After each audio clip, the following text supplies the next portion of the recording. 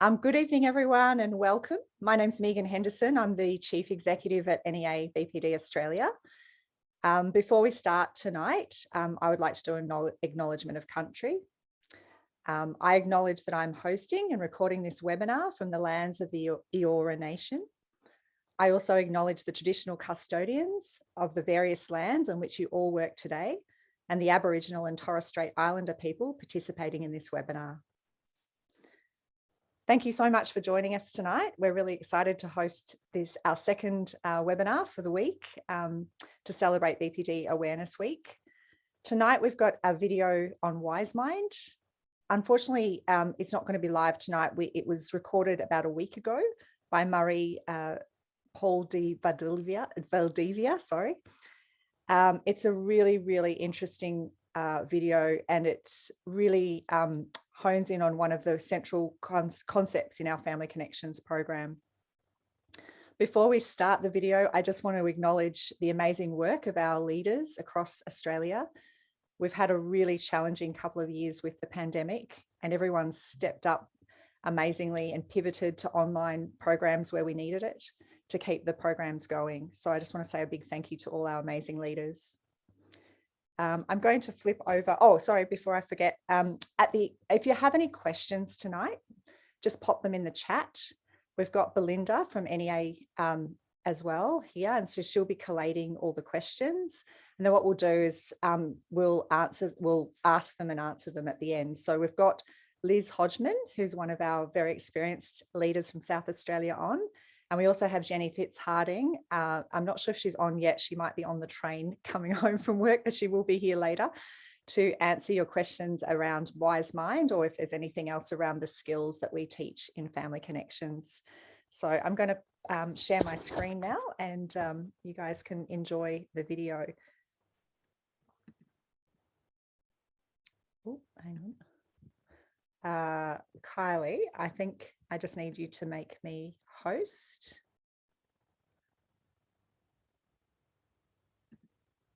Hang on one second. Sorry, I'm just having a, oh, there we go.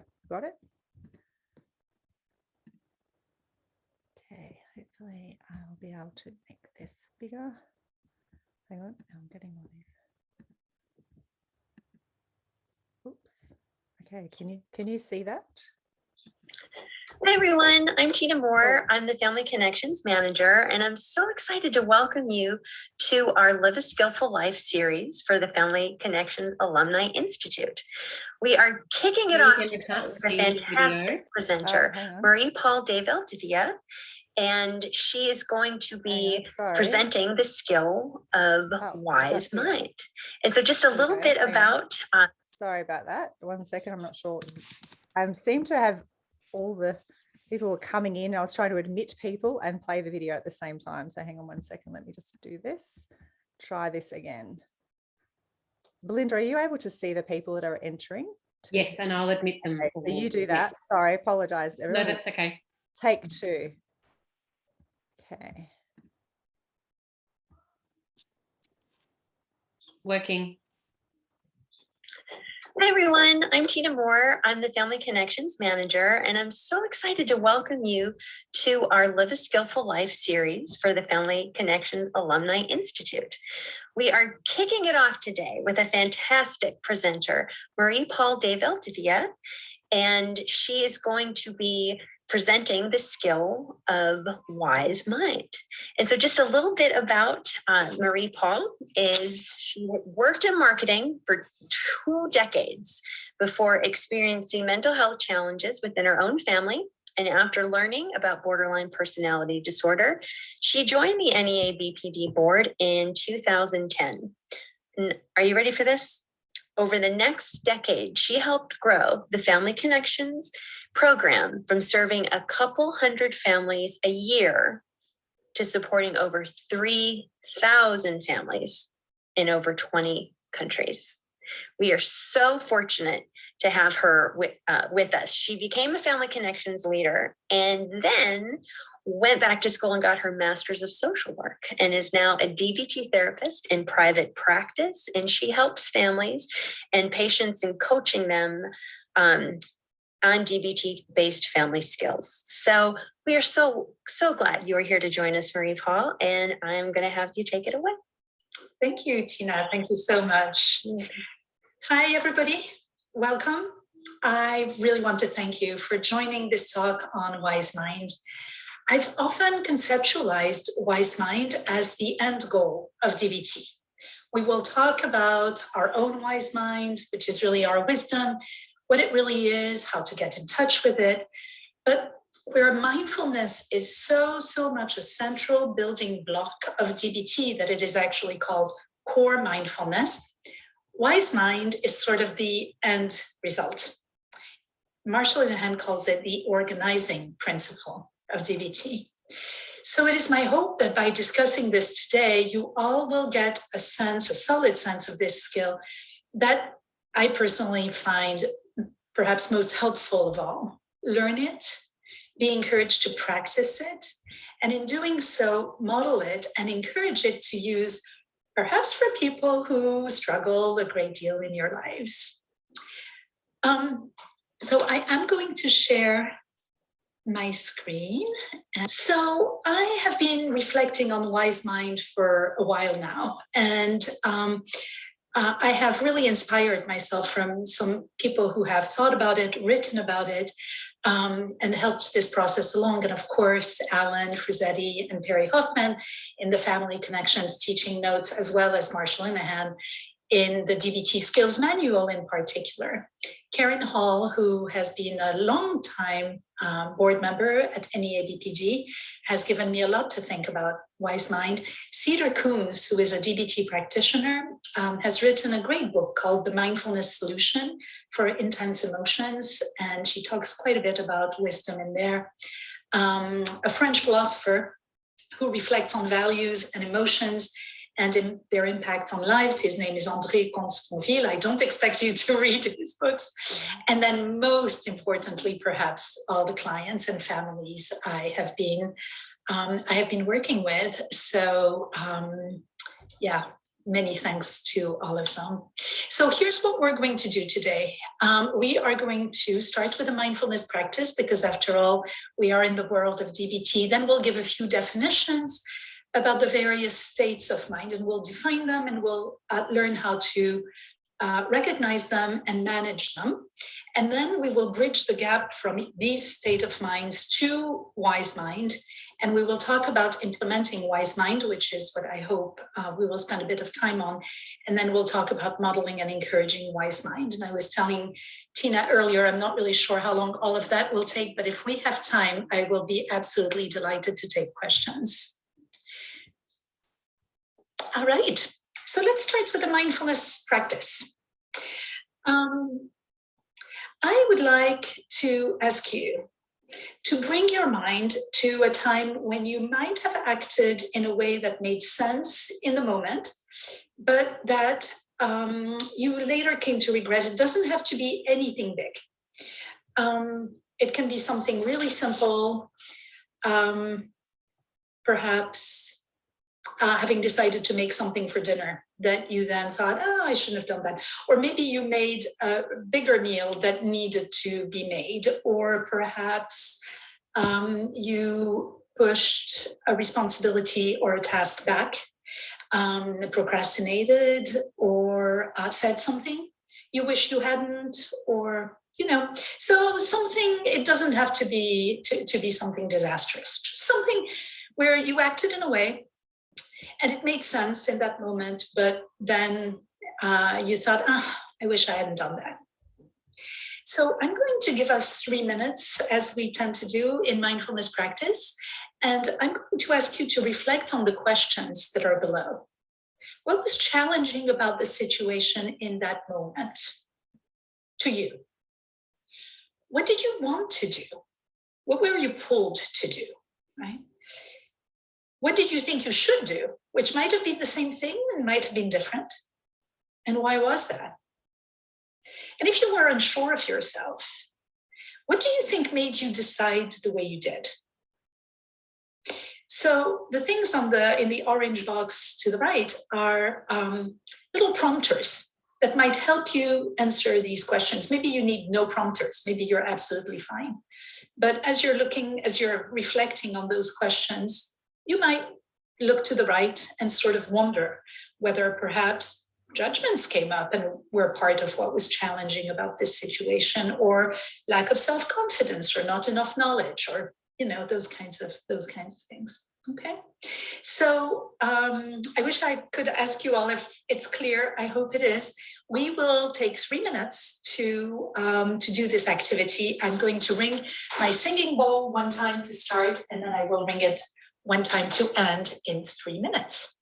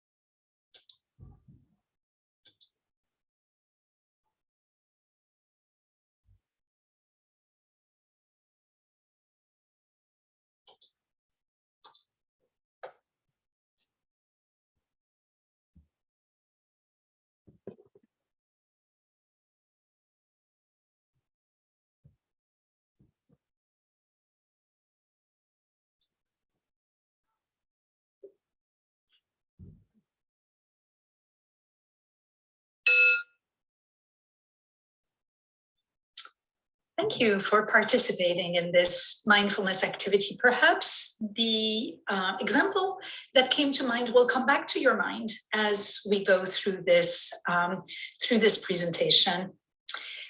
So, I need this thing to move. In DBT, we hold dear the concept of 3 states of mind: rational mind, emotion mind, and wise mind. The states of mind are often what characterizes short-term versus long-term decision-making. So we decide in the moment. We might call this on impulse. Oftentimes, this is something we want when we decide in the moment. It's something we really want. Or conversely, we might overthink something. Somehow, we either act too fast or not at all. So I'm going to raise the stakes a little bit here. If we think about all the decisions we make, which of course are influenced by our emotion mind and our rational mind, and hopefully by our wise mind, if we think about all these decisions that we make and we add them all up, they start to look a lot like who we are, right? Even though, I'm not sure why this, oh, there we go. Even though we don't always like all of our choices, right? So when we think about who we are and this amazing ability that we have to make space in our brain to think about, how do we know who we are, right? Can we take a step back in our exploration of wisdom? And I would propose to you, and I'm sure I'm forgetting some things, that the bedrock of who we are is values, right? We're born with some values and we acquire others as we go through life. Values are inherently ours. We create our set of values. most values are considered good, right? It's a judgment. But if I say to you all courage, or if I say compassion, right? We're all nodding, going, yeah, that's a good value. Honesty is a good value. Generosity, right? Those are values. And we all tend to have one or two core values that really resonate really deeply. And they're not always the same as the values we would like to have. So for instance, I think very, very highly of the value of honesty, which is why I married a guy who is incredibly truthful and incredibly honest. Don't ask him if you've gained weight, because you will get a true answer. I will get interrupted in conversations if I don't say something that he thinks is absolutely true and to the point. I think highly of honesty, and I'm not beyond little white lies. I care about being truthful, but little white lies, my value is how people feel. My value is social justice. My value is equity. This is what is in my bones. This is what makes my blood boil. Think about what your values are. If you know what your values are, that will be the bedrock of who you are. And then to that, we can add goals. Now, goals are a little bit more subjected to our environment, right, where we are, the stage of life we're in. Our goals might change when we're in college and when we're halfway through our lives. Conditions like our health, our education, perhaps our religious background or our ethnic background will affect our goals or will shape our goals. Goals don't change continuously. They're long-term, but we need some stability in our lives to get to goals, right? Beyond goals, we have all our past experiences and observations from our life, right? They're a very important element of choice making. When we make a choice, we know we can build on experiences we've had. We're shaped by those experiences, whether positive, reinforced by those positive experiences, or negative, sometimes even trauma, right? That will shape us profoundly. Some of it is what happens to us. Mental ill health is one of those things. Some of it can be also the result of our actions. And then we're going to add to those past experiences what we feel on an ongoing basis, all our emotions. Our reasoning looks a lot like what our topic for today, right? Wise mind, emotions, reasoning, and our choice of action based on all of this, right? So choice of action comes, but is built on a lot of, on a solid level of layers of choice points, if you will. So here's our hint number one. We can tell that our actions are unhelpful when we notice repetitive patterns of ineffective outcomes, right? We act here. I hope you guys can see my mouse. We act here and we make choices of actions many, many times every day. And if those actions are repeatedly unhelpful, well, then there's probably something here or below that is that we need to look at, that we need to explore. And we see this with our loved ones, don't we? So I'll give you a quick example on here. My daughter, whose name is Camille, who has given me permission to give those examples, struggles a great deal with her oral health. This is not a values problem, and it's certainly not a goals problem. She has a good job. She would like to keep her job. She's very clear that it's easier to have and keep a job when your teeth are healthy and you're not losing your teeth.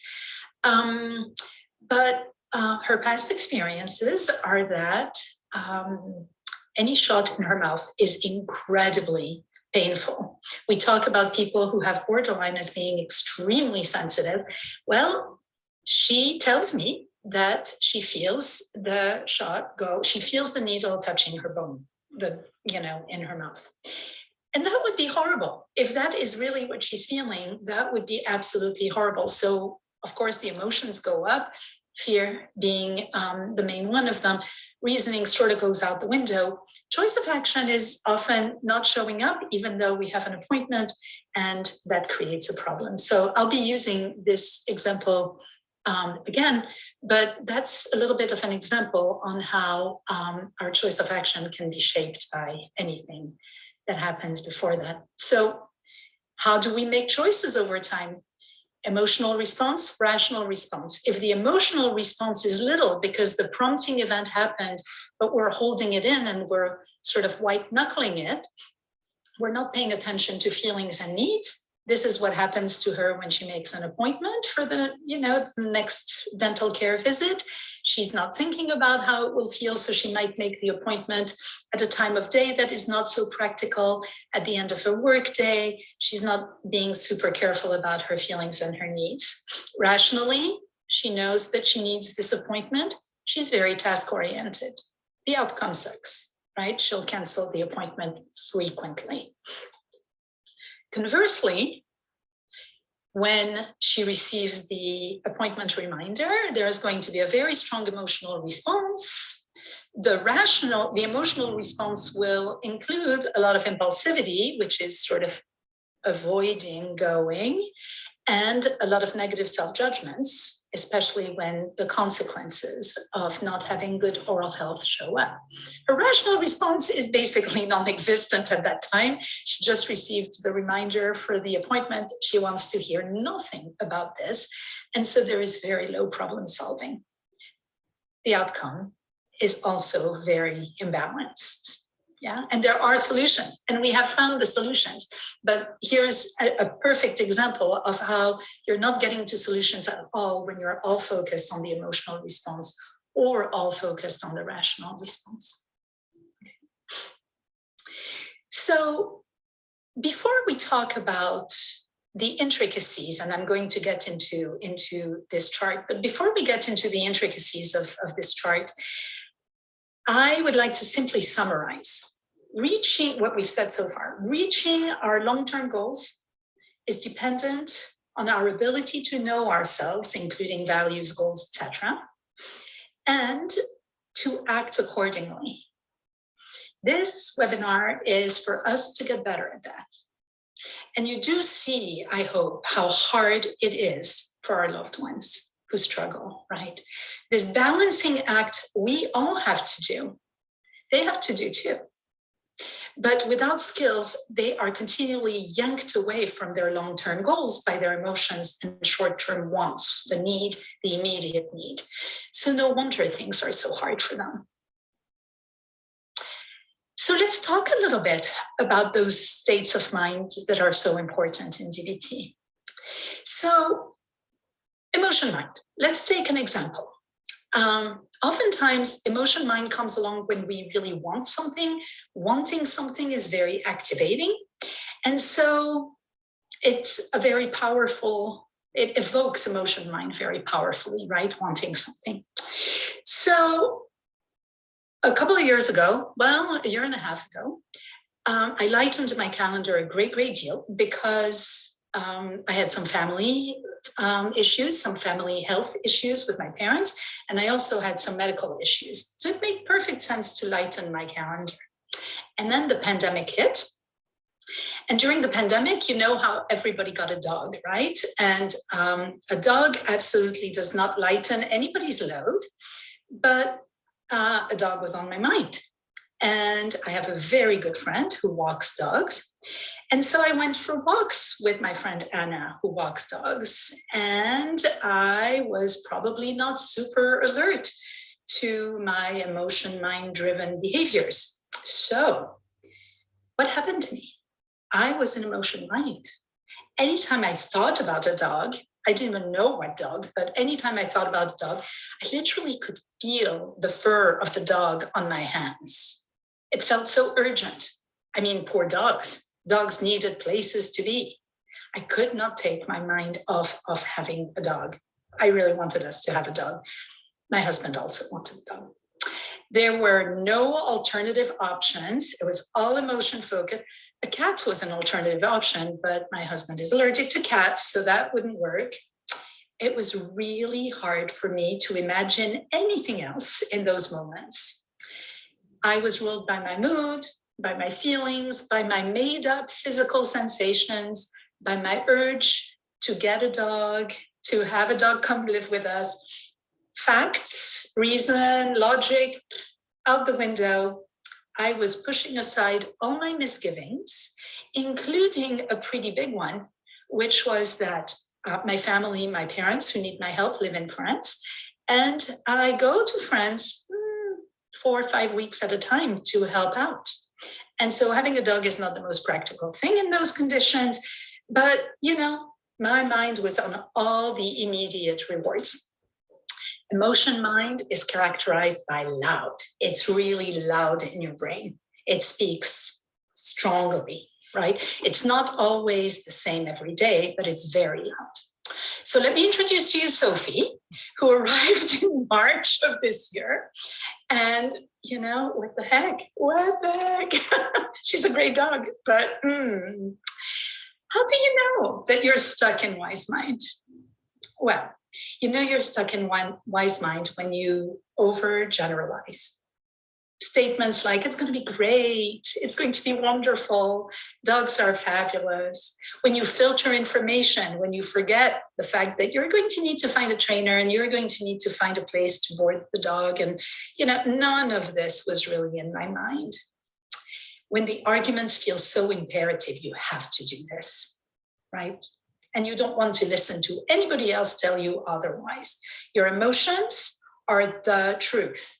That's it. They tell you the truth. You have this thought, of course, that your emotions are telling you the truth.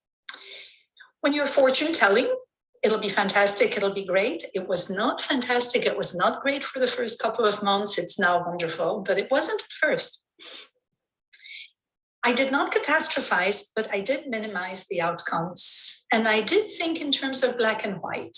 You know, we will figure it out. A dog is not easy, but we will figure it out, which is also part of the control fallacy. We'll do it. It'll work out. Okay. So that's how you know you're stuck in wise mind. If that happens to you that you're stuck in emotion mind. If that happens to you, if you physically feel hot and the words are loud and you feel pressure, you also don't want to listen to anybody's advice, then you're probably sort of stuck in wise mind. So what do you do? When you're stuck in wise mind, it makes a lot of sense to try to counter your emotion mind. I keep doing this. When you're stuck in emotion mind, it makes a lot of sense to try to counter your emotion mind with some skills, because it is going to decrease your emotional reactivity. You're going to be able to manage emotions more.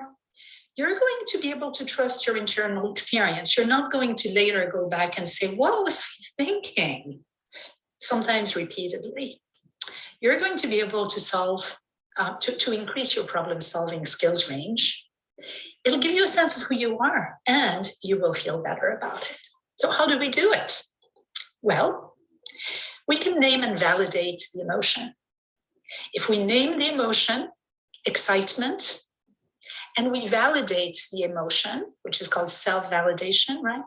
Of course, I'm excited. Of course, I want a dog. Everybody's wanting a dog right now. We're in a pandemic. We need something to do. We want to have pets at home for some reason. And it makes perfect sense that I want a dog. I haven't had a dog in 3 years. We're pet people. It makes sense. List the facts and check the facts. That in writing, that is going to bring emotion mind down, right? And then, since you're checking the facts, do a pros and cons. You know, what are the pros of getting a dog? What are the cons of getting a dog? What are the pros of not getting a dog? And what are the cons of not getting a dog? Think about it, slow it down. Ask a trustworthy friend. Going for a walk with my great friend Anna, who adores dogs, was probably not helpful to me because, even though I still adore her, because she's not objective. You know, she kept telling me how great it would be if I had a dog. And so be sure that when you ask somebody, that person be trustworthy or objective about it. And then ride the wave, sleep on it. For me, sleeping on it wasn't really that helpful because pandemic was still going on.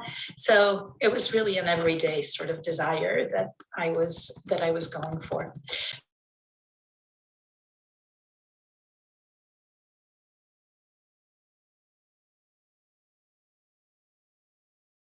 Helped me select maybe a different breed or a different size, or I didn't ask her. And, she probably would have guided me quite differently. So there's a sign of emotion mind. Self-validation. You have feelings. You have every right to have feelings.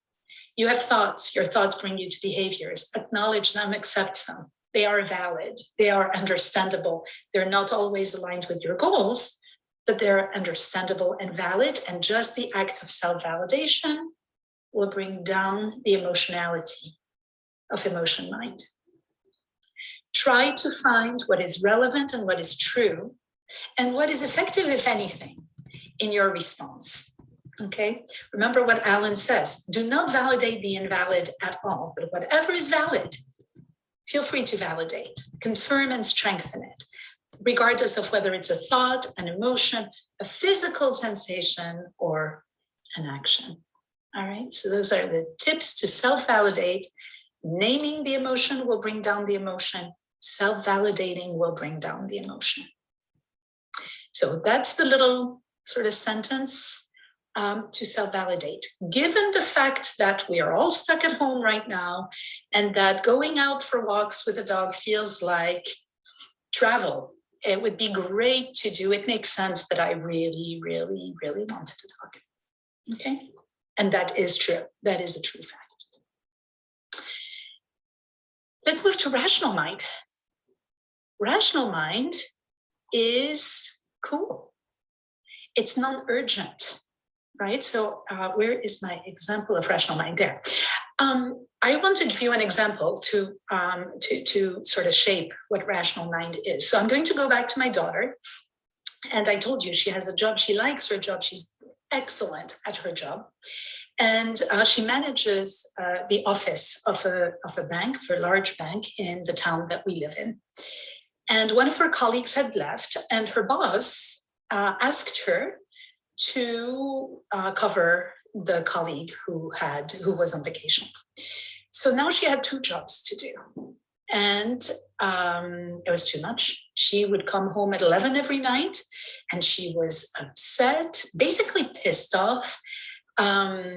She felt that she wasn't doing anything that she needed to do well. Some pretty important tasks were on her shoulders, and she was afraid of messing up.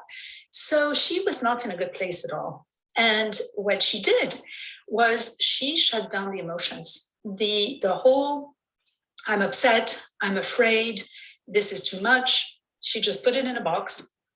She would let it out when she came home. But when she was at work, she wasn't doing that at all. She was thinking that she needed to act extremely professionally. So she was cool about it. She was not letting the urgency of the situation bother her. She remained task focused, just like a GPS, just like a recipe. You know, you do this, and then you do this, and then you do this, and then you do this. Step by step by step. Facts, reason, logic. Right? She was pushing aside her feelings completely. She wasn't making a fuss, and she pretended that she felt fine. When she came home, of course, as parents, we validated, and then we offered some problem solving. And we said, you know, how about you make a list of all the tasks that you're supposed to do, and then show them to your boss and ask him to help you prioritize. And she said, I can't do that. And we said, why not? And she said, because if I open my mouth, then I will, and I'm cleaning up the language, I will have to tell him to just F off. I can't talk to him right now. I am just too upset. So you see how she was just putting the emotions into a box, locking the box. How long could that have lasted? It lasted a week, time for her colleague to come back from vacation. So that was a good thing. But we all know this doesn't last very long, does it? So she was all rational mind. That was her solution. It's complete white knuckling. It worked for that time, but it couldn't have lasted very long. It would eventually have created further problems. Okay. So where emotion mind is really loud, the voice is really loud, rational mind has a tone that is condescendent. Of course, I'm going to do my job. Of course, I'm not going to ask my boss for help. No, that would make no sense at all. It's very pros and cons, very pragmatic, very structured, right? Of course, we're going to follow the GPS. Of course, we're going to follow the recipe step by step. It's sort of that quality of mind process. So how do you know that you're stuck in rational mind? Well, you might be ignoring your intuition. My daughter certainly was. People who care tell you they don't get it, like we did. We said, what are you doing? Don't do that. Don't do that. It makes sense, and don't do that. The decision certainly felt flat and dry. It was this one thing that she was going to do. You might know you're stuck in rational mind when you're ignoring your needs to the benefit of others, pushing past any sort of signals from your body, pushing past feelings, or even feeling clueless in face of the feelings of others. Those are all little sort of signs that you might be stuck in rational mind. So how do you manage that? It's sort of like a puzzle, right? You find the emotion. You ask yourself what the emotion is, and you name the emotion, right? So, of course, my daughter didn't want to do that. She wanted to keep it boxed up. But what was the emotion? What were the thoughts, right? She was upset. She was frustrated. And we know that frustration is the family of anger. Anger is a secondary emotion. What she would have needed to do is say to herself, what is fueling my anger? What is it that's fueling my frustration, right? And she would probably, knowing her, I'm guessing, she would have found out that it was fear of not doing a good job, fear of not meeting requirements. So get a clue from your thoughts when you're stuck in rational mind. Ask yourself, what am I thinking? And then get a clue from your physical sensations, which often are assigned to your emotions, right? So this tells you something. Tearing up tells you something. Tensing your shoulders tells you something. A big weight on your chest tells you something. That tells you what the emotion might be. And then right away, instead of shutting down the emotion as if you were not allowed to have an emotion, self-validate, validate the emotion. Remember, the emotion makes sense. So when you're stuck in rational mind, try to bring in some of the emotion mind and validate it so that it becomes easier and easier as you go. So I've said a lot about emotion mind. I've said a lot about rational mind. This is what Marsha Linehan says about wise mind. She says it's like having a heart. Everyone has one, whether they experience it or not. And you can work the muscle of wise mind. Your wise mind can be something that you evoke more often. And like every other skill, parenting skill or DBT skill, you want to try on a nice weather day. You want to try when you know what you're doing. When the road leads you to emotion mind, or the road leads you to rational mind, or the road leads you to a little bit of both, take the time to detour to wise mind. Check in with yourself, check in with your wise mind. The more you cultivate this wise mind experience, the easier it will come in more difficult moments. The easier it will be for you to model it for your loved ones, or to ask a question here or there to help elicit wise mind for your loved ones. So what is wise mind? Well, everything that is written in emotion mind and rational mind is still the same. Wise mind actually honors both. It is not a mix of both necessarily. It is not even a synthesis of both.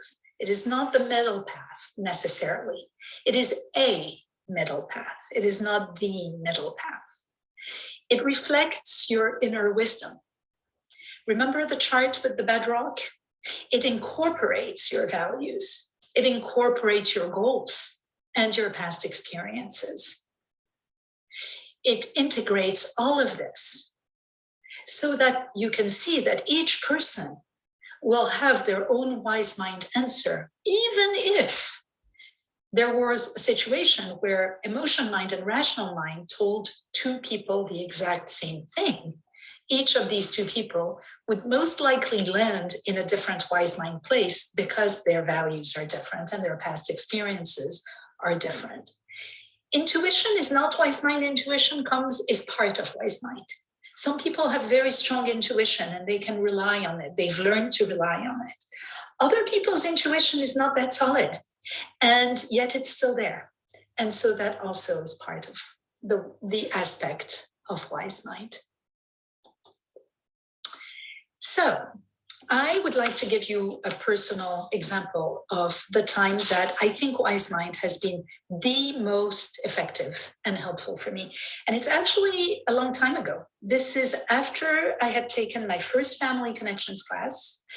And I think it was after I had trained to become a family connections leader, but I had not started to teach family connections yet. So it was a long time ago. And I understood the concept of wise mind, and I was also really finding it very, very difficult to live with our daughter, who struggles with addiction, and the repetitive nature of the relapses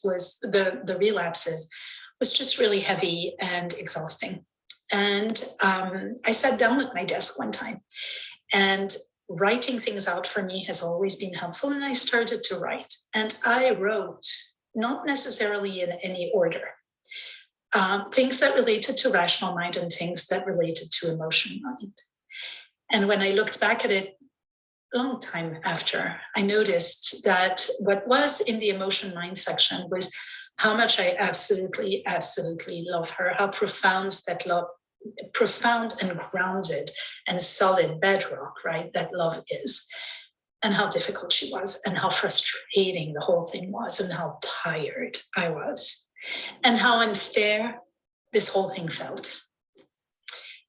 And that I often had the thought that there was no progress at all. And sometimes I would want to run away from the whole problem. And then I would get super hyper-focused, like I had to fix it all. And sometimes I would ruminate and ruminate and ruminate. All of this in the face of no change. And it was just exhausting. And in everything that I wrote, there were a lot of rational mind thoughts as well.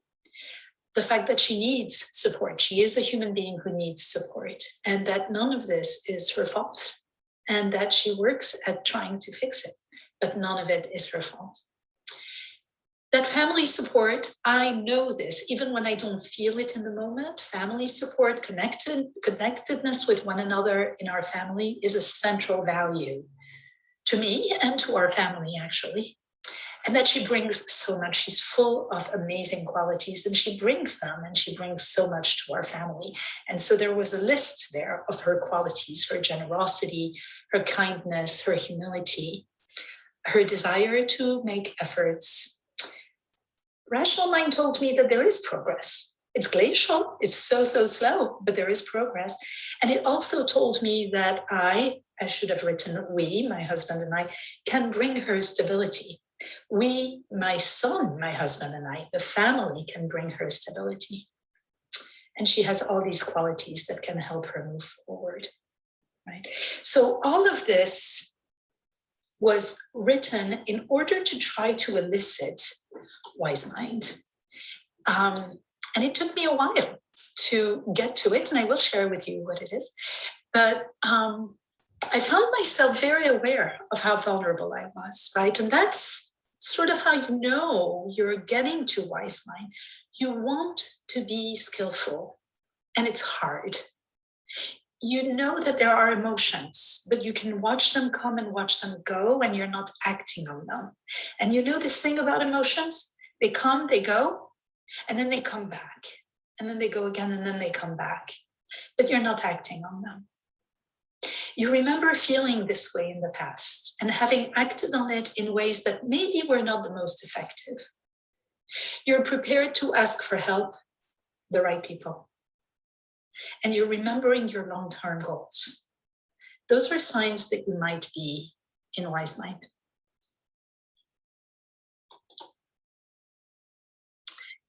So how do we get to wise mind?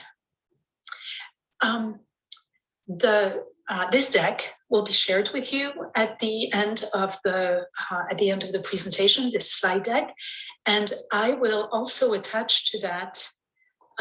This is out of Marshall Linehan's skills training manual, the various mindfulness practices that she recommends to get to wise mind. But what Marcia says is that finding wise mind is like riding a bike.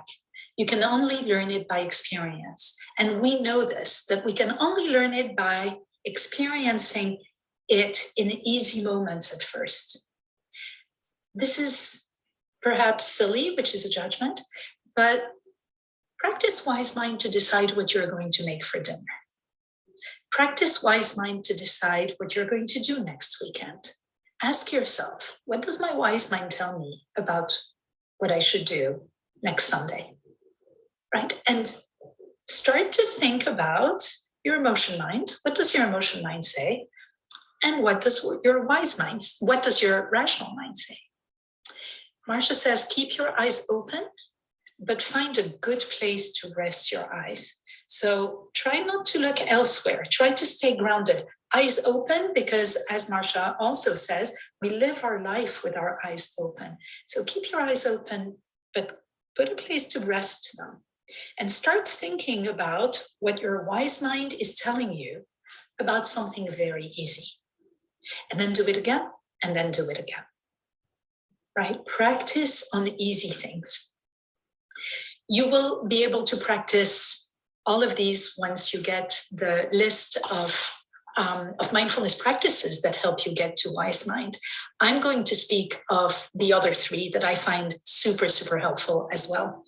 So of those that Marshall Linehan recommends, I love walking down the inner spiral stairs. So this involves thinking about your emotions, listing your emotions, much like I did about my daughter, and then listing your rational thoughts, and doing this as you're walking down and down and down and down. Imagine arriving at the bedrock,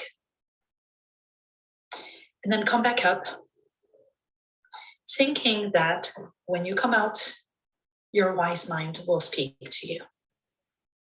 Right? So don't push the wise mind. Don't go after it. Allow it to come. Okay. Seeing the answer appear on a sheet of paper is a practice that my dear friend and mentor, Dr. Seth Axelrod, often uses. Same thing. Look at your emotion mind list. Look at your rational mind list. Breathe. And then let it all get out of your mind and imagine, visualize a white piece of paper. And wait until the answer appears on the piece of paper. It feels a little Ouija boardy thingy like, but you know what? It's so effective. It is so effective. Wise mind is rarely, yes, you should do this, or no, you shouldn't do that. Wise mind is very often, in these conditions, you might want to consider this, or perhaps consider this before deciding, right? Wise mind is pretty sophisticated, and it will guide you. Pros and cons, the DBT way, which is the pros of, so to go back to the example I gave, the pros of continuing to support my daughter, the cons of continuing to support my daughter, the pros of not supporting my daughter, the cons of not supporting my daughter. Okay, so it's all four. It's really thinking through pros and cons of the thing, the problem, and pros and cons of not engaging or not solving the problem. and then writing it out. So writing it out to me has been really, really helpful. When I wrote this whole thing out, the place I got to was, took me a while, but the place I got to, maybe I should go back. I don't know if I can actually. Yeah, I can. Okay, there we are. So these were my emotion mind thoughts, and these were my rational mind thoughts. My wise mind told me that I had made a promise to this child. And this promise was that I would be with her always. As her mom, I would be with her always. That promise was made when she joined our family. And as a result, I would always be there for her, and I would be her best friend when she was her own friend. And when she was not her best friend, for example, when she relapsed, well, then I would continue being her best friend, which of course involved standing against her behaviors. This, so maybe I didn't say it quite right. I'll just repeat it really quickly. So I promised to be her best friend always, which means supporting her when she made good decisions, and which also meant standing against her ineffective decisions, because that's what best friends do. This has guided my path. I did this, as I said, maybe 6 months, 8 months after learning of family connections. This has been my guiding path, my guiding light always. In moments that I call moments of hurricanes, when things have gotten really hard, really bad, I have always come back to this wise mind. And it sounds great. It took me a while to get there. It's mine. It's my wise mind because it's based on my values. It doesn't mean it's right for anyone else, even though it might be, but it doesn't mean that it is, right? That is the power of wise mind. What when you are clear about your wise mind, you can look at it and know that it is the right thing for you. The beauty of wise mind, which is sort of like a PS, but the beauty of wise mind is that, hey, sometimes wise mind tells you wrong. You know, it's based on your emotions, your rational mind, and what you know. And we can be a year later, 5 years later, and say, in hindsight, I would not have done this. But you're still so solidly grounded because you could not have chosen anything else. It had to be your wise mind at that time based on what you knew. So what you do is you take care of any regrets that way. There is no regret to be had. It was a wise mind decision given what you knew then, right? It was the best possible decision you could have made, okay?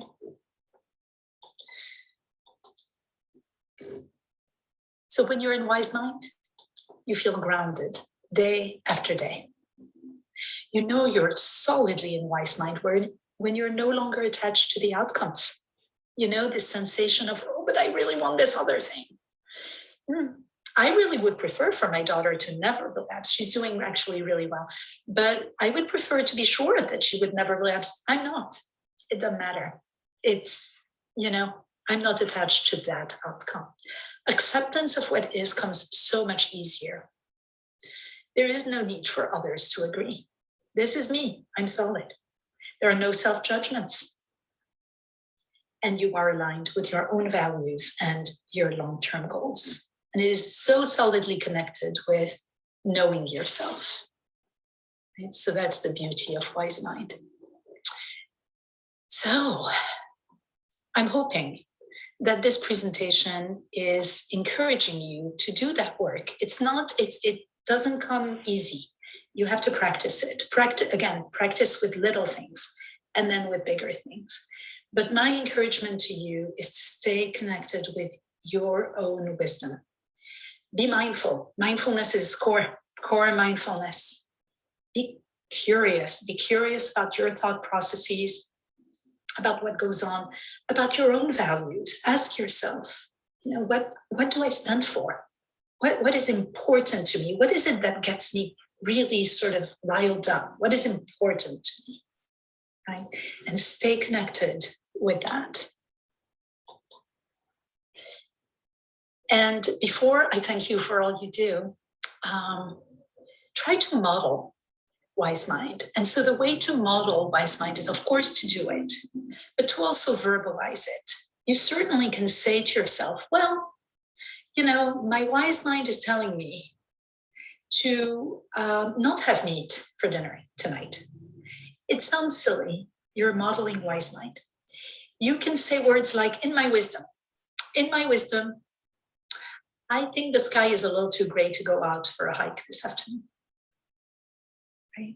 You're modeling wise mind when you verbalize it, and you can even verbalize the pros and cons, or the emotion mind. I really wish we could go for a walk this afternoon. I'd really be looking forward to it.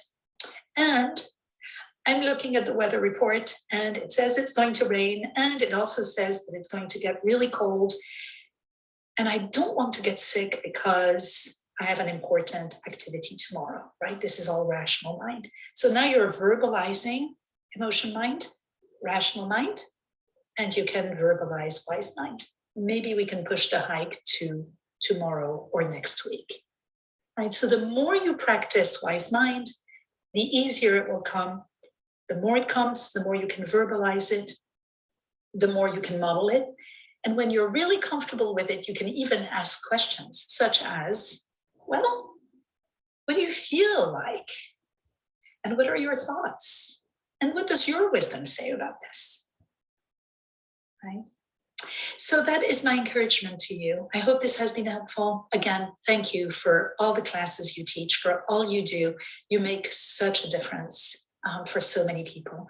And I have my email address down here in case you have any questions. But we have I think 7 or 8 minutes for questions.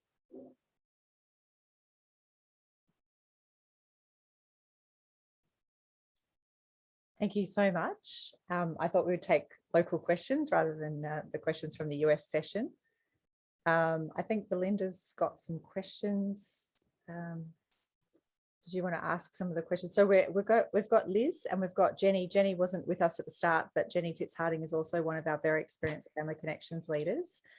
So we'll start with the questions in the chat, and then if anyone has any other questions, feel free to ask. I think I loved that presentation. I think it doesn't matter how many times I hear or learn about the concept, I always learn something more. So I've definitely taken something away from this tonight. Belinda, do you have any questions?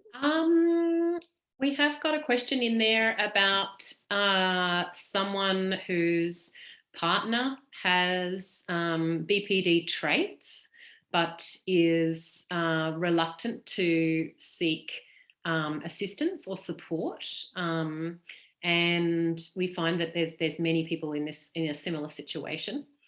So I guess what would be some advice, Jenny and Liz, that you could offer for people in this situation?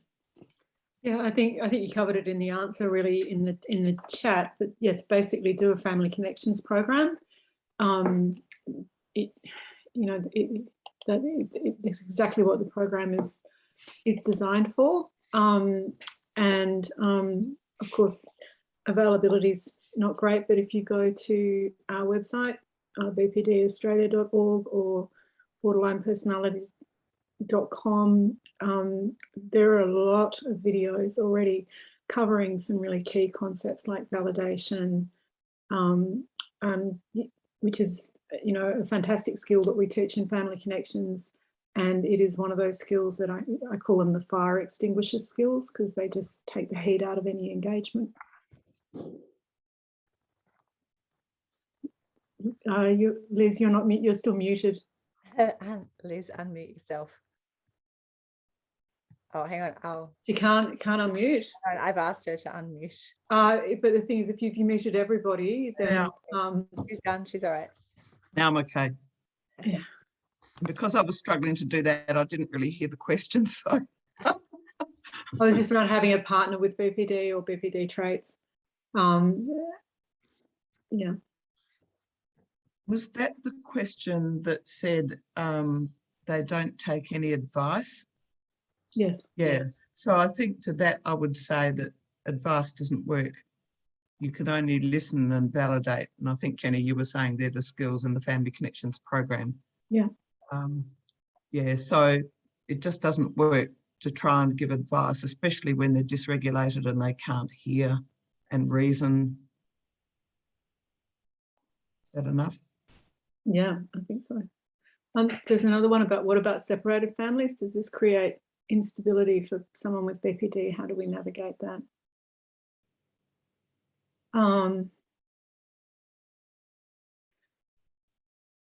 Not quite I mean, sure. that's a very broad question. I mean, I would say, you know, abandonment is one of the key issues in someone with BPD. So obviously, a family that has separated, that is a form of abandonment, even though, you know, it's possibly the right thing for everyone involved. It's still, you know, it still can be an incredible source of pain. And I guess the other complicating factor is that two households might deal with it differently. But I've also worked with people where the family's separated, but both parents are on board with learning skills to support their child. So, you know, I think as long as everyone's doing the best they can. We had a man in the group that we've just finished running. My co-leader Denise is just there, almost underneath me on the screen. And he separated from his partner in about week 3 or 4 of our course. And he questioned whether or not he should continue with the program. And of course, basically that was up to him, but he did. He finished the program because really they're life skills. They're going to help you with any relationship issues. But he was very grateful because he was still in contact with his ex-partner. And while she was probably hoping for more than he wanted to give, he was able to validate and keep her emotion at a manageable level for them to have a conversation. So Family Connections covers all sorts of relationships. Yep. Thank you. We've got another question here from Tony. Do you, in your experiences, witness BPD recovery if early intervention takes place with ongoing DBT by choice?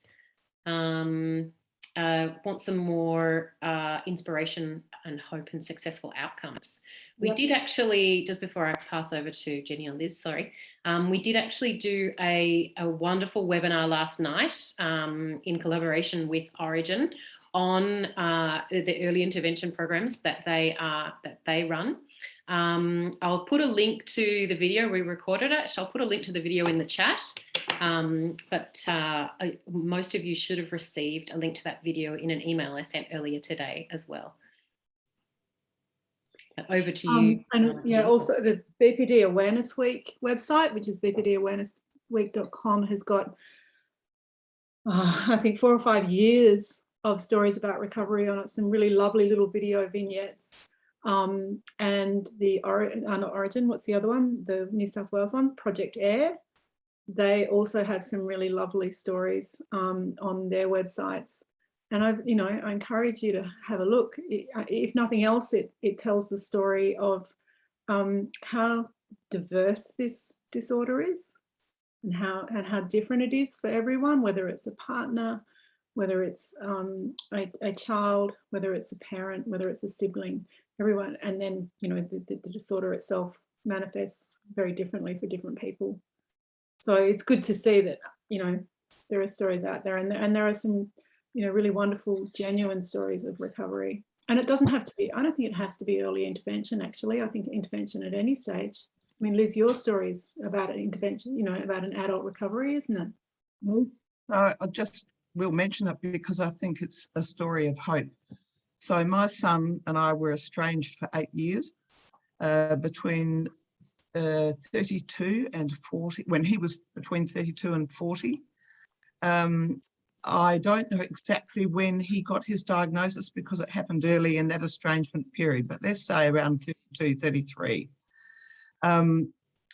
During that 8-year estrangement, I came across Family Connections and trained to be a leader, and then felt that I had the skills for, if we reconnected, I would be able to practice those skills and have some meaningful communication, or at least not make things worse as I was doing before. Basically, what I was doing wrong all the years beforehand was I actually thought I knew about validation, and I would validate, but then I would undo it all by giving advice. I would plead with him to come and get help. Basic mistake that I hadn't recognised. Anyway, when we did reconnect, he had basically got to the point, I mean, he'd had been homeless, he'd been detained, the whole history, rage, violence, drugs, alcohol, broken relationships, the whole gamut. And he'd basically, and this is where I want to say age, the science says that as you get older, more people recover. They're more likely to work out, as he did, that his life was basically not something anybody else could fix for him. And he had to make some changes himself, and he did that. So by the time we reconnected, he'd taught himself mindfulness, and I had skills. And it's been pretty brilliant for the last 4 years. I mean, he still has his rough patches, but he knows how to manage them better now, and so do I. And if you want to see a video of that, a webinar of that, it's on the NEA Australia website. And we made that video in 2018. So he and I did that together. But I just want to tell you that to bring you hope, because I was in a really dark place. I felt scared. I thought he would kill me. And to have us be so different now is just a miracle, but it was brought about by me having some skills as well. Wonderful. Thank you, Liz. Thanks for sharing.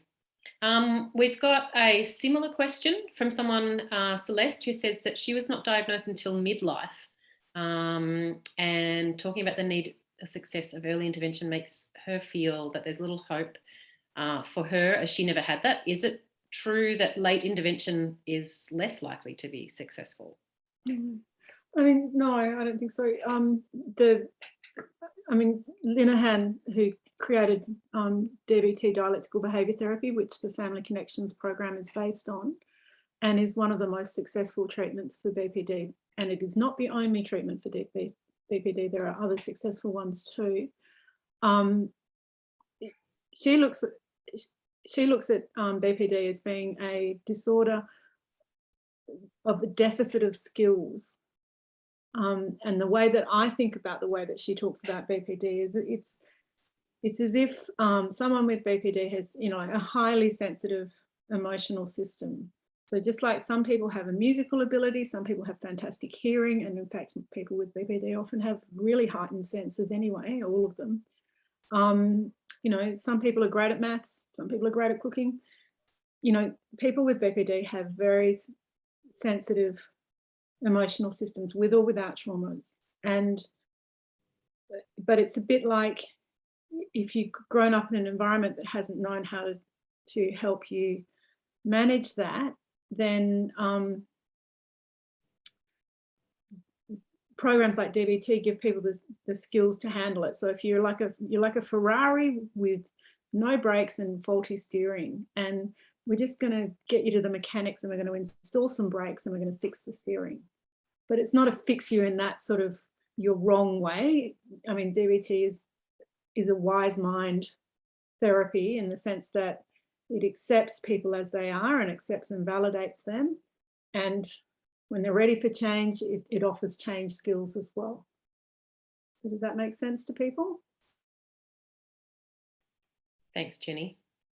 Another question we've got from Frankie. Aside from listening and validating, what other skills and actions would you recommend to support your loved one? Getting skilled yourself.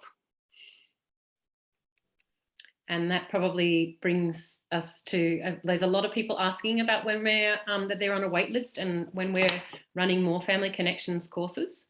Obviously, COVID has had a really big impact on our ability to deliver a lot of face-to-face programs. We're putting on as much as we can. And we, as soon as we can open up, especially in Victoria and New South Wales, we'll be returning to face-to-face programs. We have got some online and some different formats coming up.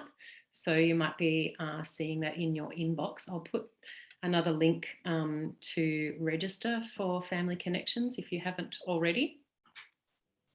All right, let me see if we've got any more questions here. I just noticed one from somebody who said, basically, I think what the question was, that you couldn't get NDIS if you had BPD. That isn't necessarily true. I know a number of carers who have helped their person get, Denise is one, her daughter gets NDIS. So you need help in working out how to frame the application, because it has to be geared to their goals and needs and their behaviours, rather than stating it's just BPD. It's more complicated than that, but it's not a black and white thing. You can definitely get NDIS if you've got BPD, but you focus on the other things that go with it. Is that right, Denise? You probably can't unmute yourself. Yeah.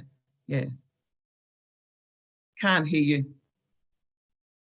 She's She's unmuted, but she can't hear her. her volume.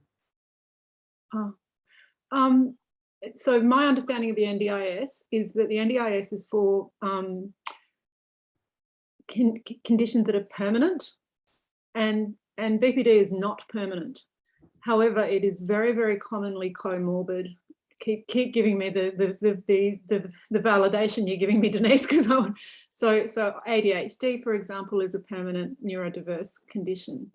Bipolar, which is often there, is also a permanent neurodiverse condition. So there are other aspects of, and often dyslexia is also something that is a common condition, and counselling is counselling, or psychotherapy is psychotherapy, and it'll deal with what you need, not necessarily what a form says you can have. So yeah, I guess that permanency thing is interesting, because my son Jacob, who hasn't applied for NDIS, he doesn't need it now, but he says, I will always have borderline personality disorder. Well, he'll always be a Ferrari. Yeah, well, the thing is, I now know how to manage it. I've got the skills. So he doesn't exhibit the non-diagnostic criteria anymore. But he says every day he still has to apply his skills in order to manage it. It's not something that just disappears. Yeah. I mean, that makes me think of, there's a very good clin psych here in Perth who works in the hospital system, and so some people talk about people with BPD going into remission, but she talks about recovery, and she will remove it from people's health records if they've got the skills to come through. And that's an important thing because of the stigma and the lack of education of non-BPD therapists and non-BPD aware health people, because there's still a lot of invalidating that can happen in the hospital system. So we're fighting that.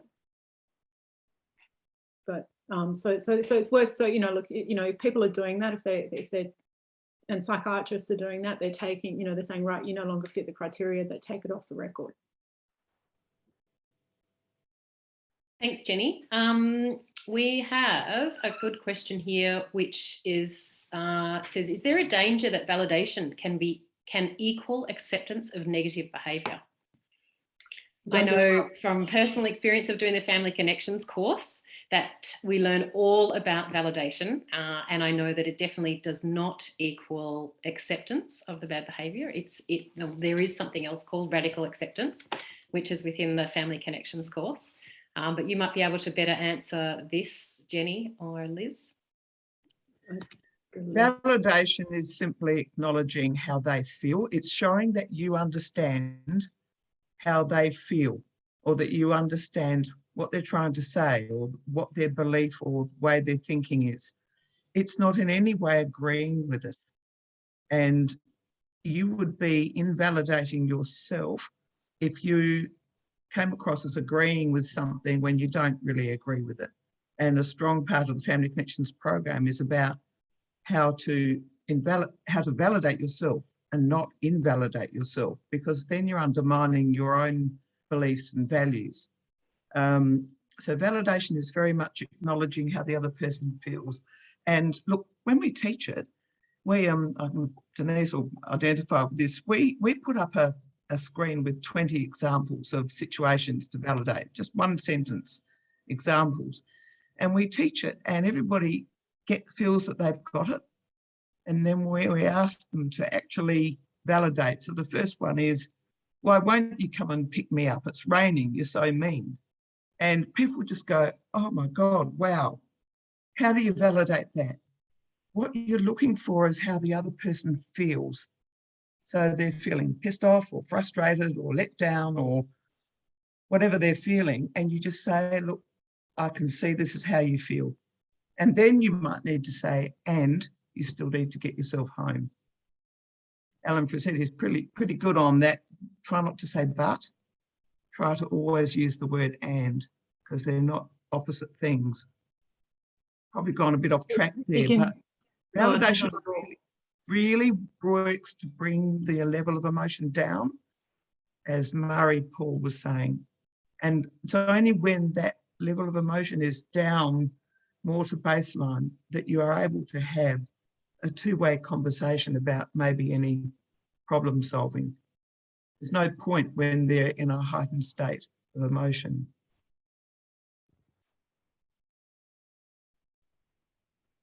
Perfect. Thank you, Liz. And I think another point to make about validation is it works for both parties. So it works when we're doing the validating of our loved one with BPD, and it works for ourselves too, to bring the emotion down in the situation. It's an excellent skill. Yeah, in fact, the first person you should validate is yourself. Okay, I'm feeling emotional right now getting that text about being a meanie for not picking her up. And that's okay. And you know, now I can think about, get to wise mind and work out how I'm going to validate them. What is valid in the communication? Find the kernel of truth. Fantastic. Jenny, I have a question that's in our chat. Do you want to talk about whether there's a genetic link for BPD and whether if someone's child has BPD, would that necessarily mean the parent has, or if the parent can identify with certain traits, does that mean there's a lineage? So can you talk about that? There's a lot of research being done in this area at the moment, and it's starting with Linehan back in the 80s. But there's even more recent stuff that's certainly coming out that the biological linkage is very strong. So, you know, just like you inherit that musical ability, you inherit, you know, a great sense of taste, so you're a good cook. You inherit that artistic ability, you can inherit a sensitive emotional system as well. But having a sensitive emotional system doesn't mean you have BPD. It just means you have a sensitive emotional system. And there may be other things. So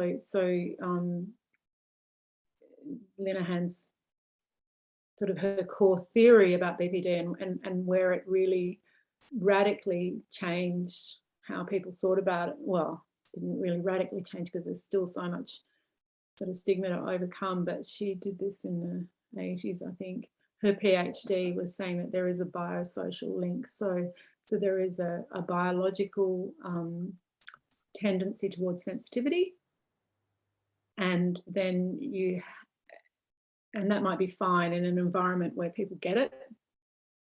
But then there's a social, you know, socially they may not have fitted. So they may have been, you know, invalidation, and the invalidation could have been at home. And that invalidation could be something like two parents having to work, you know, like they're struggling to make ends meet. They're in a situation where they just can't be there all the time. And this is a kid that's sensitive and needs people to be there. It can be like that, you know, like it doesn't have to be some big abuse or big trauma. You know, it can just be, it can be going to school and the school, you know, you've got a sensitive boy and it's a boys' school that wants, you know, glorifies sport, and this kid's arty, you know, it can be that kind of invalidation. It's so the environment doesn't fit, and that then creates the problem. So yeah, and you know, obviously, if one person in the family is reactive and there's more than one person in the family who's reactive, then things, you know, might get a little bit more invalidating more quickly. You know, if that makes sense. Just to add, there's no gene for BPD. No. You inherit the sensitivity. Yeah. Yeah. And it's the reactivity. So it's not so I mean, there's a graph that we draw that shows, you know, thinking about, you know, if you'll think about where your emotional baseline might be. The other, because I love an analogy, the other analogy that I like to use is talking about, you know, draft horses, shire horses, you know, the ones that used to pull the big old brewers drays full of, you know, barrels of beer, and Arab ponies, you know, little small flighty, great at jumping and being quick. You know, like some of us might be draft horses. Our baseline is very calm. It takes a lot to activate us. And then when we have been activated, you know, we might come back down to baseline fairly quickly. Some of us have a baseline that's much higher. We're much more reactive. We might have, and there is stuff around genetics, around, you know, people that have grown up in traumatic environments, you know, like war zones or whatever, they're going to be more reactive, because somebody who's hypervigilant is much more likely to survive in a dramatic environment than someone who's not. So being alert to danger is you know, there's a reason that your genes have turned that on. So, you know, so you might have a higher sensitivity, you're more easily stimulated, you're more easily distracted, you know, you're more alert to danger. And then you also are highly reactive, because again, if you're in a hostile environment, for example, being highly reactive might get you to safety that much quicker, right? So I guess I'm trying to encourage you to not think about right or wrong in being this way. And so you react really quickly. And then the thing that makes people with BPD different is that their return to baseline is much slower. So you can imagine that, you know, you're late for work, you're already feeling reactive. Somebody pulls out in front of you, boom, oh, this a-hole, what were they doing? You know, slow return to baseline. And then you're having a quick sip of your coffee and you spill it on your shirt. Oh, back up there again. And then you get into work and, you know, someone, you perceive that someone ignored you in the corridor, and boom, you're up there again. And then you meet someone and they say, have you got that assignment done? Boom, you know, they get the full thing.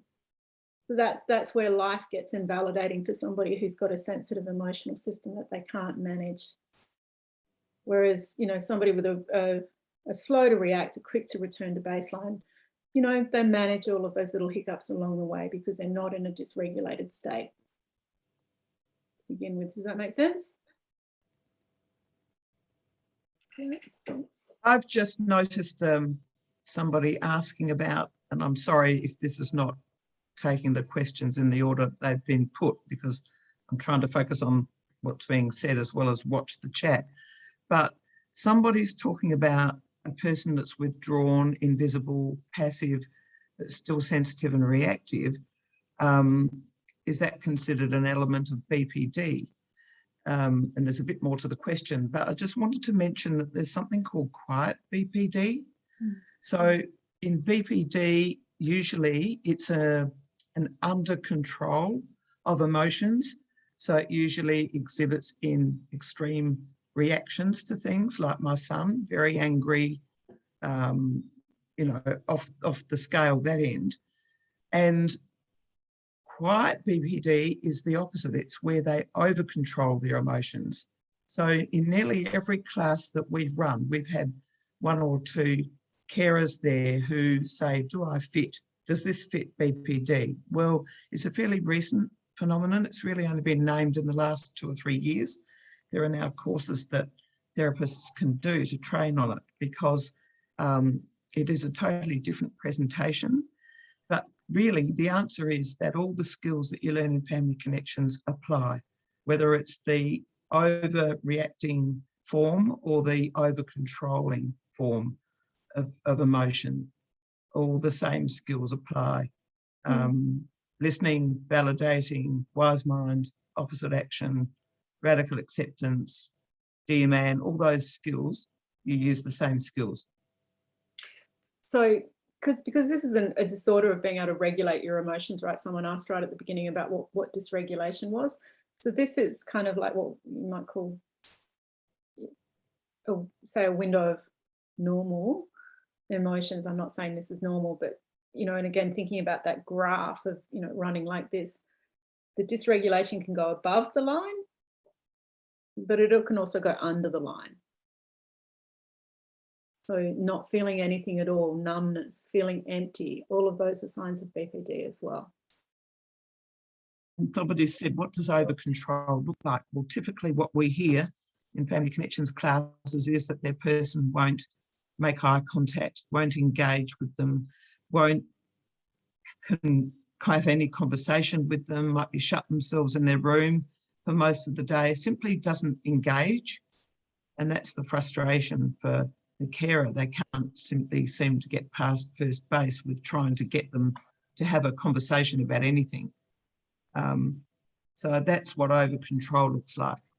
Also numbing out, dissociating when emotions are too intense, eating disorders, anorexia, and perhaps being a bit OCD about OCD generally, but also, you know, like having to do perfect homework.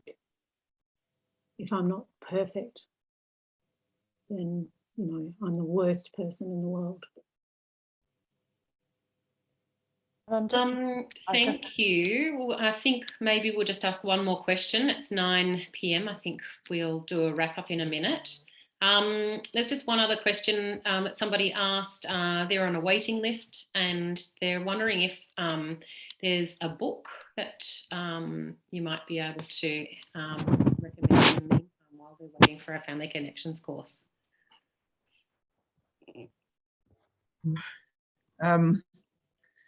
When I first found out that Jake might have BPD, we were estranged and I didn't know anything about it. I said, what the hell is that? When the psychologist told me they thought that's what it might be. And I had friends and family saying, how can we support you? I went to a bookshop and I bought 6 copies of Stop Walking on Eggshells, Randy Kruger, and I gave them to my sister, my daughter, other family members and said, I don't really understand this illness. If you read this, you can help me learn about what it is at the same time. That was very effective for me. That book's very easy to read, but I know that it gets some criticism. So I don't want to say I'm recommending it because I know Satya Rao from Spectrum in Victoria, for example, he doesn't like it. I think it may be slightly biased towards carers. There might be a more critical element about people who are living with BPD. I don't know exactly what his reservation is, but I mention that because it's very simple and it's quick to read. But there's another one, Denise, what's Valerie Paul's book called? There's this one, Borderline Personality Disorder. So there's Loving Someone with Borderline Personality Disorder, which is by Shari Manning. And I believe her daughter had BPD and she's a DBT facilitator and was trained by Marsha Linehan. So she goes through all the skills. The other book that I would recommend, which I found, and it's probably because I'm a DBT nerd, but last year, Marsha Linehan's memoir came out called Building a Life Worth Living. And it is a cracking read because in 2010, she came out as having suffered, her mental illness was, she never says what it was, but she was hospitalised for 2 years when she was an 18-year-old in the 1960s. That must have been fun. And so it's her memoir of that experience and then of sort of overcoming everything to become a clinical psychologist and to become a doctor of psychology and to get tenure at a university and to, to research into how to help people with BPD. And she goes through the hows and the whys of why she put certain skills into the DBT program. So it's a really it's a great read. She writes so well. I would recommend that book as well. Fantastic. I think we're going to wrap it up now because we want to honour everyone's time.